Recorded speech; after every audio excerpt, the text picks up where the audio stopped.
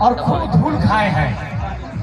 धूल तो पूरा है घोड़दौड़ भइल है। तो अब इन लोगों को प्यास लगी है, क्योंकि जो जिम्मेदार व्यक्ति होगा बेटिया पक्ष के दरवाजे से निवेदन करेंगे, कोई भी आता है हम उसका स्वागत करते हैं, सम्मान करते हैं, खातिर बातें करते हैं। पानी की व्यवस्था कर दिया जाए, कलाकार थोड़ा पानी पी के जुड़ा जाए, लोग तो प्रोग्राम चलते रहे। चलिए बहुत बहुत धन्यवाद। आइए आमंत्रित करेंगे, इनके बाद हम वो म्यूजिकल ग्रुप के इस मंच पे कशिश और मोनी चिपकली जैसे चिपक दीवार से चिपक गया तू अपन